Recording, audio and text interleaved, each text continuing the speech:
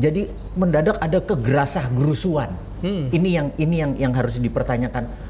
Kenapa gerasa gerusu itu? Ini jangan-jangan bukan proyek strategis nasional tapi proyek strategis oligarki gitu kan? Relokasi, ada polisi, ada militer gitu.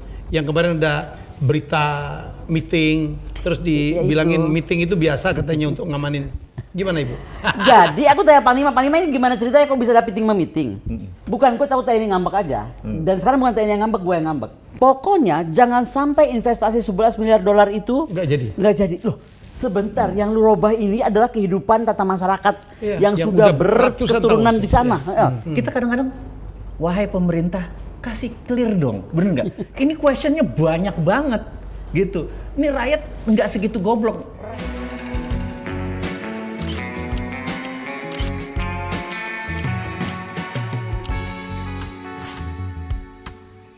Oke, jumpa lagi dalam acara. Saya selalu lupa nih. Konspirasi kontradiksi. Jangan terlalu dini, kalau dipikir-pikir nanti ngeri meleset juga ya Bu ya. Ibu Koni mau ke Putin lagi loh. Iya dong. Iya. Aduh, jadi berangkat Ibu? Jadi tanggal 26. Kita beda berapa hari berangkat? Saya 23 lah. Kan? Saya tuh nggak diundang-undang Putin Bu. Yang menang saya itu. Kita kan akan ke sana tahun depan. Siapa? Kita kan akan ke sana tahun depan, ketemu anak-anak muda yang itu banyak banget tuh sambutannya. Banyak sekali respon ya. Keren. Okay. Saya bilang kenapa kita nggak terlalu menganggap apa ilmuwan dari Rusia. Betul. Sampai ada ibu-ibu kan yang nulis ya. Iya. Anak saya sekolah di sana, senang sekali. Hebat lah. Ibu baca ya? Karena itu aku baca. Gue mesti baca nih soalnya ini kayaknya menarik banget. Biasanya aku nggak baca, cuma pas itu aku baca, seru banget. Oke. Iya. Saya akan ke Vancouver dan juga akan ke Houston bertemu dengan para diaspora, Bu. Keren. Mereka minta banget bagaimana cerita dari tanah air, good and bad ya. Yes. Apalagi kita masuk menjelang tahun politik. Ya. Lucu nih tahun politik dan sekarang. Dan dia pemain politik. Ya udah ini. I'm a professional one. Profesional politik. Profesional politik. Dan saya ini mualaf politik. Baru belajar. Jadi saya itu cuma mengabarkan satu Bu. Saya kampanye sekarang dengan caleg dari partai lain gitu. Gak ada masalah lah dan kita ketawa-ketawa harus kayak gitu lah. Iyalah. Kenapa sih beda partai harus berantem? Ribut. Kan nggak usah. Beda pilihan capres lu ribut. Aduh ya Allah. Iya, santai aja. Jangan baper. Orang bingung kan bilang gue, ntar gue sama siapa, gue besok sama Ridwan Kamil. Iyalah. Orang bingung lagi besok gue sama Prabowo. Pada sekolah misalkan. Padahal aslinya kita udah tahu. Merah juga gitu. Kita saya Mawar. Aku Mawar. Itu gempar gue. Aku Mawar. Ini mawar merahnya. Orang nggak tahu ya. Di samping itu kan ikonik banget ya kalau ada korban apa gitu yang identitas di YouTube kan selalu nama saya Mawar gitu. Oh banget. Mawar itu PSI itu copywriternya keren. Copywriternya keren. Oke, kita mau ngomongin karena banyak sekali yang minta. Saya sih sebenarnya malas ngomongin ya. Banyak Tapi sekali, ini perlu diomongin. Apa? Ini perlu karena banyak sekali yang minta di DM saya Pak ngomong tentang rempang sih Pak Jun. Apa sih bahasanya bener? Rempang. Rempang kan? Rempang. Kayak rembang gitu kayak sebenarnya. Oh, rempang. Yang tiba-tiba dari tidak dikenal ya, kemudian menarik perhatian, membuat perhatian yang melibatkan aparat, melibatkan BP Batam segala macam. Dunia internasional gitu. Karena memang investornya dari luar negeri dan lagi-lagi dari China. Kita persilakan Pak Mardigu dulu. Ini ahli gosip internasional. Gosip internasional. Jadi rempang-rempong ini benar-benar. Rempang bukan rempong bro. Bikin rempong ini. Terus, jadi kita tahu bahwa ada sebuah peristiwa yang kita tahu ada 16 desa akan dikosongkan istilah Pak Mahfud. Sementara mereka merasa dari 1860-an sudah tinggal di sana, mereka hak adat mereka merasa diabaikan. Terus mereka ada kompensasi. Tentunya kompensasi ini agak mendadak karena baru ditandatangani Juli tahun ini tapi dalam 30 hari harus kosong. Jadi mendadak ada kegerasah gerusuan. Ini yang harus dipertanyakan. Kenapa gerasa gerusu itu yang kita heran. Pak Jokowi bilang ojo ke susu toh. Iya. Baru sampai pinggang soalnya. Apa kau bilang susu ini baru pinggang? Ibu nggak pernah dengar cerita itu. Coba. Ini kalau baca cowok pusing ya. Ini lucu. Ini lucu. Jadi ada orang Batak lakinya istrinya orang Solo, Bu. Ya kan? Digandeng gitu, jalannya kan yang orang Solo ini pelan, cewek. Iya, jangan ojo ke susu. Ya, dia bilang, "Mas, ojo ke susu, Mas." Apa kau bilang Subaru pinggang nih kata. Berarti gue tahu juga Jok itu. Ini kan jangan gerasa gerusu. Rempong. Ojo ke susu.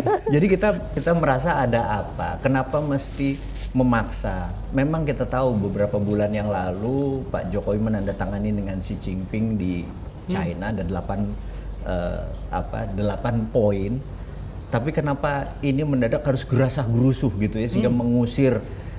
Padahal mereka secara kompensasi alokasi itu ada dana. Mereka pindah dari pulau Sampai 1,6 triliun sudah dengar. nggak nyampe. Pertama cuma 400 miliar saja karena Oke. satu keluarga cuma dianggarkan 200 juta. 200 juta itu terdiri dari rumah, tanah dan uang pesangon gitu ya. Yang jadi masalah sewaktu itu diturunkan itu tuh belum ada, relokasi di Pulau Galangnya tuh belum ada gitu. Jadi mereka ditinggalkan di rumah susun gitu ya. Ini kayak apa gitu, dadakan sekali dan penekanannya tuh serba mendadak. Itu yang masyarakat itu bukan anti investasi tapi kok mendadak sekali terus. Begitu ini menunjukkan represif, pertama tidak represif. Mereka pertama malah pakai soft power bahwa mereka nyanyi lagu Lancang Kuning. Iya. Yang Laksamana berlaut Lancang kuning, berlayar malam dan nahkodanya nggak tahu arah, bener nggak? Kalau kampung gua lancang bener. terus. Lancang nian. Nah, Oke. itu 2-3 hari mereka hanya menyanyikan itu dan begitu tidak di ini mereka menutup jalan menuju Pulau Galang dan Batam kan jembatannya ditutup. Nah mulai polisi menunjukkan represif gitu ya. Padahal mereka hanya bertanya ada apa Yang ini? pelemparan gas air mata tuh di situ. Di situ. Yang ke sekolah gitu Ke sekolah, sampai muridnya kabur kemana-mana. Iya, Oke. itu peristiwanya itu. Nah, kita langsung mereview in depth ke dalam. Ada apa ini? Apakah menurut kita 17.000 hektar itu gedenya minta ampun, bener nggak? Terus Yang diminta, ya? katanya 1.100 itu untuk Xinyi. Sini tuh yang perusahaan gelas itu ya. Pabrik Gelas. gelas apa kaca sih? Iya, Gelas, untuk gelas. panel surya Oh, gitu. iya, panel surya. Karena di sana punya silika dan lain sebagainya Iya. gitu ya. Dan ini cukup agak bingung kita karena izin HGU yang dipakai PT MEG ini yang tahun 2004 dikasih oleh BP Batam, oleh DPRD Batam. Itu izinnya adalah salah satunya untuk wisata dan ketangkasan elektronik. Bukan untuk industri. Untuk industri, gitu. Makanya kita nih meraba-raba ada apa ini, gitu. Makanya kita bertanya sama pejabat, lu ngapain gerasa gerusu? Kedua, menghidupkan HGU yang secara undang-undang harusnya kalau 2 tahun, Brother Helmi dapat HGU, nggak dikerjain tuh dicabut lagi. Ini itu dari aturannya. 2004 sampai sekarang tidak dicabut. Terus kenapa mendadak begitu sekarang ada, dia hidupkan lagi dan masuk ke strategis nasional, apa namanya? Proyek strategis ya. Strategis nasional. Ini jangan-jangan bukan proyek strategis nasional tapi proyek strategis oligarki gitu kan. Jadi jangan Apalagi samain. muncul nama juga ya yang Iya. Ya, Nah, ya. di Orang situ besar. di situ banyak pertanyaan-pertanyaan yang sampai hari ini tidak terjawab. Tidak ada yang jawab. Pak Bahlil tidak menjawab. Dia bilang Xinyi akan membuat berinvestasi 175 triliun atau 11,5 billion dollar. Tahu sendiri netizen kan iseng. Kita tuh iseng langsung Xinyi, kita cek di sempat diklaim jadi perusahaan gelas terbesar di dunia katanya. Ternyata peringkatnya jauh di bawah ya. Kita langsung cek karena dia memang listing di Ya. Hong Kong kan. Hong Kong. Kan gampang ngecek di Hong Kong. Lah, sales setahun cuma 3,4 billion. Free cash flow cuma 41 juta dolar. Nah ini pakarnya kalau ngomong akunting enak sama dia. Bottom line-nya cuma 41 juta dolar. 41 Untuk itu 41 free- dolar itu free paling cash flow. berapa ya? Paling 600 miliar. Nah, rupiah. sementara dia harus Investasi. katanya invest 175. Anggap 70% equity dia, 30% equity Equity dia, dia 70% bank. 70%-nya bank gitu. 30% ini kan kira-kira 3,6 billion dolar. Berarti dari mana yang 30-nya? Dia cash flow dia dijual pabriknya aja semua nggak dapet kok. Kita kadang-kadang, wahai pemerintah, kasih clear dong, bener nggak? Ini questionnya banyak banget gitu. Ini rakyat nggak segitu goblok, rakyat nggak goblok kayak dulu banget gitu. Terutama rakyat netizen ya. Apalagi yang netizen usil yang banget, ya. usil, jadi dia ngecek terus, dia bilang akan membuat pabrik gelas nomor 2 terbesar di dunia, langsung dicek. Dari 9 pabrik gelas, nomor 1 Beijing, memang Beijing Glass, nomor 2 perusahaan Perancis, nomor 3 perusahaan Philadelphia. Mana nggak ada singginya gitu loh. Itu question itu nggak pernah ada satupun pejabat yang jawab gitu. Ini jadi gelisah nasional, ditambah tahun politik, hancur Minah, bener nggak? Oke. Itu yang gua gregetan tuh. Baik, Bu, di sini kan melibatkan militer ya dalam rangka mengamankan relokasi, ada polisi, ada militer gitu. Yang kemarin ada berita meeting, terus dibilangin meeting itu biasa katanya untuk ngamanin. Gimana Ibu? Aduh, kalau aku sih ngeliatnya gini ya, ini memang negara nih rada-rada kalau aku bilang ya, beneran. Pertama gini ya, itu kan pulau gitu loh, pulau gitu. Dan kita itu udah, teknologi itu udah canggih banget kok untuk ngeliat pulau itu dengan pakai geospasial buat apa. Maksud gue udah banyak kecanggihan yang untuk tahu ya kan, posisinya seperti apa, ya kan. Itu dari urusan teknologi. Kedua, gue baca surat dari surat adat ya, kepala adatnya siapa gitu. Dan dia bilang mereka itu masyarakat yang dari abad berapa, mantan prajurit dari mana gitu, yang direlokasikan di situ. Jadi ada 2 isu di sini. Satu lagi adalah isu bahwa kita itu memang masyarakat lisan. Bukan masyarakat tutur, kita itu masyarakat tutur. Jadi kalau lu sekarang tarik ke legal formal, nggak ada gitu. Tapi yang dituduhkan nggak ada sertifikat lah. Tapi de facto mereka sudah turun-temurun di sana. Jadi menurut aku ya, terus terang aja aku tuh jadi kesel sebenarnya pertama waktu kenapa nih Panglima diributin terus ya. Gue suka kalau TNI diganggu kan gue suka jadi darah tinggi kan. Bukan gue tahu TNI ngambek aja. Dan sekarang bukan TNI yang ngambek, gue yang ngambek. Karena termasuk pas gue masuk ruangan, ini nih temennya Bu Koni katanya ngajar Panglima lu buat tinju. Ini gue cerita. Jadi aku tanya Panglima ini gimana ceritanya kok bisa ada meeting? Bu Koni, kan tahu TNI itu nggak mungkin datang satu tempat kalau tidak diminta oleh negara. Negara itu siapa yang minta terserah, ada urutannya, ada ini. Tapi pokoknya negara minta untuk BKO ke polisi. Tahu nggak, untuk jadi BKO ke polisi itu dia tidak boleh bawa apa-apa. Ya, tidak boleh bawa senjata ya. Even tameng pun tidak boleh. Oke. Berarti kan dia jadi mengurus ketertiban, betul nggak? Itu tugasnya polisi. Tapi dia karena dipanggil dia harus datang dong. Sekarang dia mesti ngapain? Mau dinonjok nggak boleh, mukul nggak boleh, tameng nggak ada. Ya paling gampang itu dipiting aja, bukan artinya mau jelek gitu, tapi kan bukan dicekek kan, bukan dicekek gitu kan. Itu beda dari kasus tuh kalau cekek kan. Cekek sama piting beda ya. Beda banget. Nah, sekarang kalau gue bertanya yang paling basic lagi, gue nggak tahu yang bikin gara-gara nih Pak Luhut, siapa? Pak Mahfud, atau siapa lagi nih? Pak Menteri lagi dapat tugas khusus Bahlil. Cuma bahasanya kan kalau gini, pokoknya jangan sampai investasi 11 miliar dolar itu nggak jadi. Loh, sebentar, yang lu robah ini adalah kehidupan tata masyarakat yang sudah berketurunan di sana. Udah apa sih, kita udah melekat, dan kalau menggoncang sebuah masyarakat seperti itu, ini bahaya. Contoh apa? Tiba-tiba masyarakat Melayu kan bersuara. Ya, mengeras. Malah melebar jadinya. Malah melebar. Maksud aku, yang bukan penduduk sana pun ikut protes ya, Bu ya. Pasti karena kita mau merelokasi orang loh. Dan itu sekali lagi itu gini lah. Jangankan ngomong itu. Gua waktu ada dulu investasi mau di Tanimbar yang yang Masela Blok. Oke. Aku ini kan anak adat Tanimbar. Gue hafal tuh itu aku langsung ngomong di DPR, itu jangan sampai kena ke kampung itu bukan tanah air gue loh. Gue cuma anak adat, tapi aku tahu daerah itu, jadi aku pesen banget jangan sampai mengganggu gitu. Nah, gue belum pernah ke Pulau Rempang, terus terang aja. Tapi kemarahan gue adalah pertama tadi seperti diceritakan kan, terlalu mendadak. Kedua, kenapa sih TNI itu dideploy ke sana kalau nggak boleh ngapa-ngapain? Udah aja urusin polisi. Kan serba salah jadi TNI-nya juga. Ya. Ini sama kayak kasus Papua ya. Nah, tapi kalau Papua beda, dia separatis. Kalau separatis, enggak, maksudnya ya itu kan mestinya tanggung jawabnya polisi juga ya. Kalau separatis harus militer. Ya. Tapi kalau ini kan benar-benar faktor ketertiban, masalah sipil ketertiban ya? Sipil.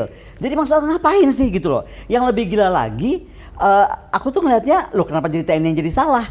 Nah, jadi aku makanya malah gue bikin status kan di Instagram gue, Instastory. Udah, sekarang tuh tugas TNI nanya sama negara, kapan lu jadiin gue tentara perang beneran? Kawasan tuh lagi nggak baik-baik aja. Ini The Quad AUKUS FPDA bisa anytime jadi SEATO. Betul nggak? Ya. Emang kita nyiapin alat perang dan cuman ngicep terus jadi kan enggak? Enggak. Nah, gimana persiapan dia? Nah, kemarin itu aku baru ada seminar. Jadi seminar oleh Mabes TNI tentang strategi pertahanan negara. Jadi kita tuh mau bikin doktrin baru. Thanks God dari gue suarain dari 2007 buku gue, Indonesia teh kudu outward looking. Nah, baru kemarin dibikinlah mau outward looking.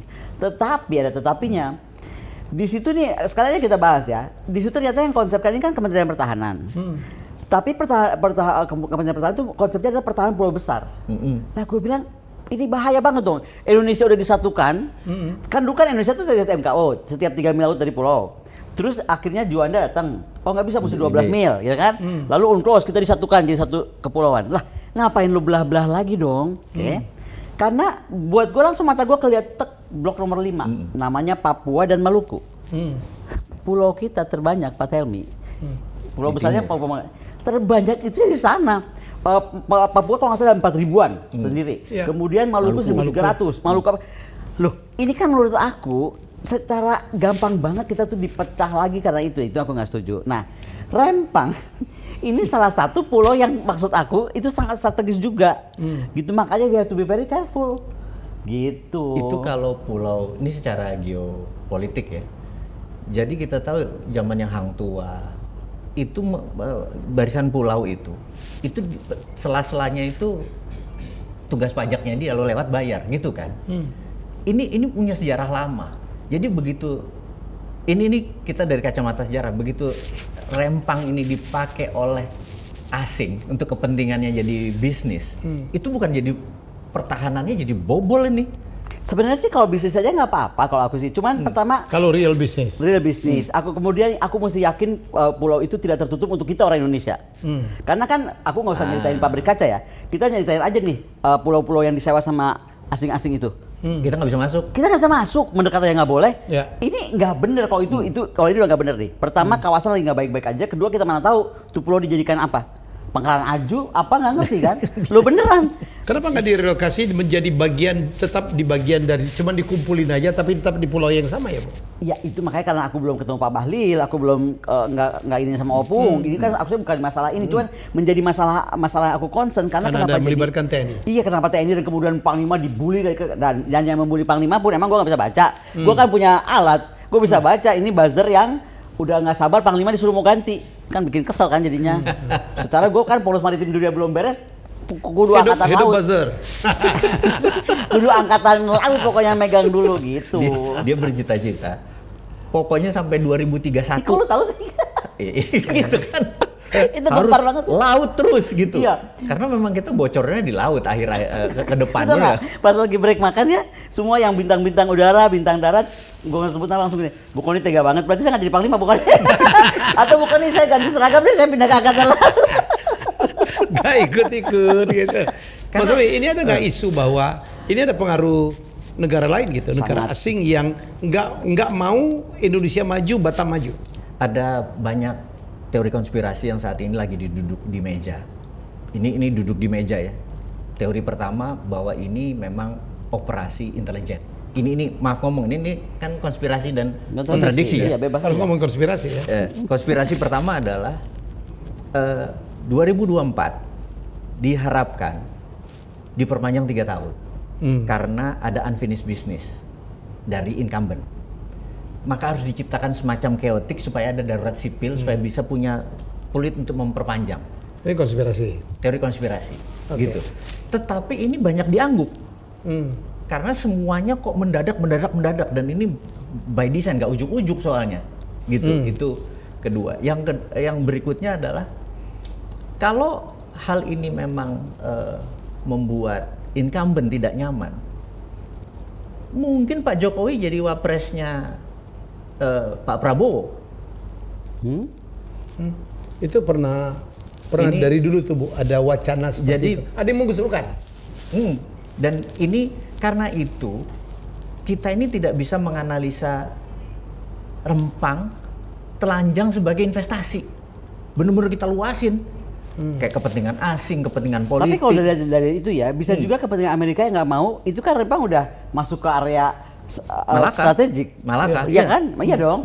Jadi bisa juga yang nggak mau pasti dong, misalnya Amerika nggak mau lah ada Cina sebesar Tiongkok itu di sana, nggak karena mau udah dia. pasti matematikanya kalau investasi besar pasti perlindungannya besar, security kan besar, udah gitu kan. Jadi pasti juga ada Dan kepentingan. Singapura dirugikan. Ya. Jadi kalau ditanya, Jadi berkelindan lah kepentingan. kalau ditanya, kalau dihitung matriks dagang, Singapura tidak mau. Jadi by all means itu nggak boleh jadi. Cuman gue tuh nggak menuduh negara ya. Betul. Gue cuma mau lihatnya ini begini. kan konspirasi. Gue cuma mau lihat gini ya. Kita ini kan negara beneran ya. Mbok ya bikin feasibility study ya bener dulu ya, bener nggak sih? Kok menurut gue nih kagak ada feasibility study-nya gitu, nggak ujuk-ujuk dubrak. Kan harus jadi bisa dihitung. Iya kan? Betul nggak sih? Harus bisa dihitung. Makanya gue tuh kaget. Ini kita negara-negaraan apa gimana sih? Investasi 11 miliar dolar tidak boleh batal. Nah, karena aku dengar sekarang Natuna pun sudah mulai dilirik. Dan aku dengar juga demi investasi, event Lanal apa yang lagi dibangun sudah dibangun dengan anggaran TNI yang terbatas itu Digeser. kudu geser. Lah, emosi dong gue. Lama-lama kita pindah aja ke Nansia dan Spartli, kita di situ standby ya. Kita sewa. Ayo kita join together lah, amankan Lier. Lebih maju ke depan malah. Iya. Forward base ya. Gitu. Itu teori konspirasinya, gitu, teori konspirasi. Oke. Tapi gini ya, kalau kita kan karena kita Jakarta, kemudian kita bukan ahli pulau kepulauan Rempang dengan segala hikayat ya. Ya. Jadi kita juga pengen tahu, coba netizen yang tahu asal usul riwayat Please share comment. di komen, karena kita ini budaya tutur yang harus merubah menjadi budaya tulisan. Ketika Anda menulis itu akan kami serap dan menjadi dokumen tulisan gitu. Oke, banyak ya multitafsir, banyak teori-teori konspirasi yang beredar, tapi pada sejatinya kami bertiga berharap bahwa rakyat itu di-handling dengan baik lah ya Bu ya. Of course, diperlakukan dengan baik, karena mereka juga adalah manusia juga. Dan kita tidak gains dengan investasi, kita tidak gains dengan pembangunan. Tapi proper lah caranya Ya, gitu. ini masalah treatment ya. Ya, dan paling penting buat aku Pak Polisi, kalau untuk ketertiban Bapak tentara jangan dibawa-bawa lah, kesian lah. Emang dia cuma disuruh jadi cheerleader hore, nggak boleh mukul, nggak boleh ini, nggak boleh meeting. Kok jadi bingung disuruh ngapain di situ? Ya kan? Janganlah ya Pak Kapolri. Ya, semoga kita mendapatkan solusi terbaik ya yang bermanfaat untuk Indonesia, bermanfaat untuk rakyat, terutama warga Rempang ya. Jadi itu saja dari misi kita bertiga. Ya, jadi mari kita lebih proper ya dalam mentreatment hal-hal seperti ini. Semoga ini tidak melebar, Bu. Dan apalagi di tahun komunikasinya yang politik. baik, komunikasi. Against Sosialisasinya yang baik. komunikasi. Iya, betul kan? Mungkin kalau rakyatnya disosialisasi dengan baik gitu, mereka maulah orang juga dapat ganti Ngerti rugi. kok. Iya, dapat ganti dipindahkan rugi kok, ke betul. tempat yang mungkin ya minimal sama atau lebih baik gitu ya. No issue, tapi kalau menyangkut pride, menyangkut ada satu Sejarah, kebanggaan iya. yang dilanggar, that's another thing. Mari kita belajar terus dari apa yang kita alami di masa-masa lalu ya. Jadi itu saja. Sekali lagi kita doakan Rempang atau Rempang cepat selesai ya, dan melahirkan yang terbaik untuk rakyat, untuk Indonesia juga. Kita jumpa lagi dalam episode selanjutnya. Bye bye.